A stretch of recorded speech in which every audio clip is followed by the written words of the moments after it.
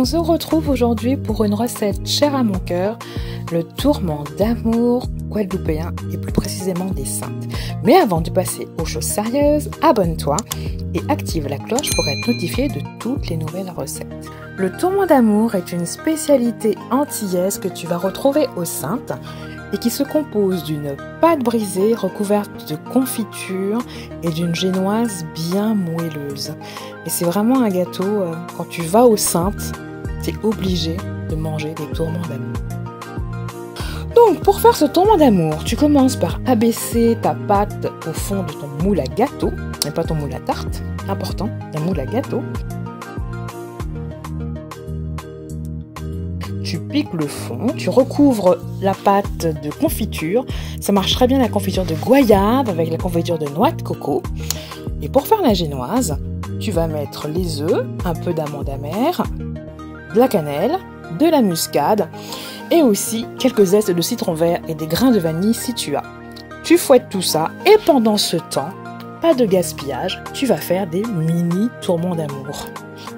Parce qu'en vérité, les tourments d'amour que l'on vend aux Saintes sont en version individuelle et pas familiale. Mais là, tu fais vraiment comme tu veux.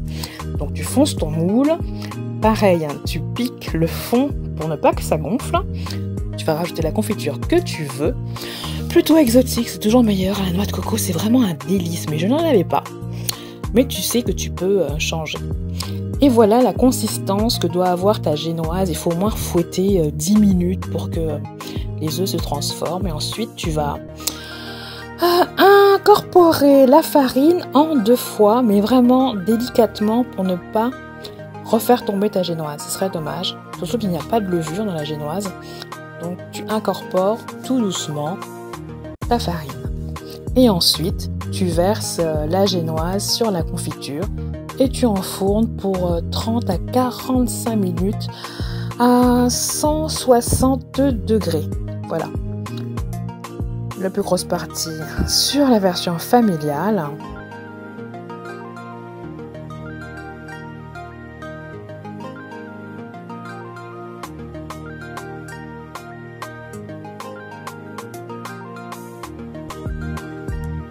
Alors la version individuelle est un peu craquelée, mais tu verras que c'est quand même très bon. Alors je te remercie d'avoir suivi cette recette. N'oublie pas de t'abonner et d'activer la cloche. Tu peux aussi mettre des pouces pour me dire que tu as aimé. Et n'hésite pas à me laisser des commentaires pour me dire quel genre de recette tu aimerais trouver sur ma chaîne. À bientôt, bisous bisous.